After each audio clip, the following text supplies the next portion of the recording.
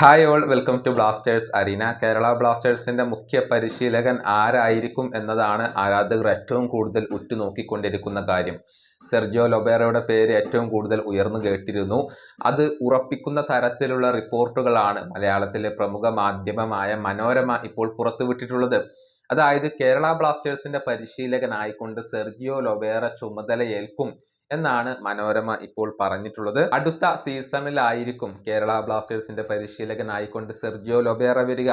ഏകദേശം 3 വർഷത്തേക്കുള്ള ഒരു കോൺട്രാക്റ്റിൽ അദ്ദേഹം ഒപ്പുവെക്കും. അതിന് വാക്കാലുള്ള ധാരണയിൽ ലൊബേറയും കേരള ബ്ലാസ്റ്റേഴ്സും എത്തിയിട്ടുണ്ട് എന്ന കാര്യം കൂടി ഇപ്പോൾ മനോരമ റിപ്പോർട്ട് ചെയ്തിട്ടുണ്ട്.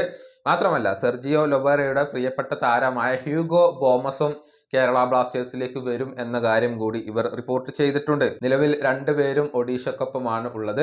മാത്രമല്ല, കേരള ബ്ലാസ്റ്റേഴ്സ് ഈ ജനുവരി ട്രാൻസ്ഫർ വിൻഡോയിൽ ദുഷാൻ ലഗാത്തോറിനെ കൊണ്ടുവന്നിരുന്നു.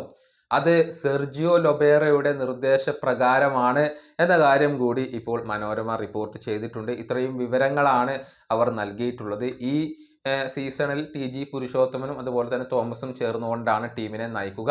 അടുത്ത സീസണിൽ സെർജിയോ ലൊബേറയെ നമുക്ക് കേരള ബ്ലാസ്റ്റേഴ്സിന്റെ പരിശീലക സ്ഥാനത്ത് കാണാൻ കഴിയും എന്നാണ് മനോരമ ഇപ്പോൾ അവകാശപ്പെട്ടിട്ടുള്ളത്. ഈ വീഡിയോ അവസാനിപ്പിക്കുന്നു. അടുത്ത വീഡിയോയുമായി വീണ്ടും കാണാം.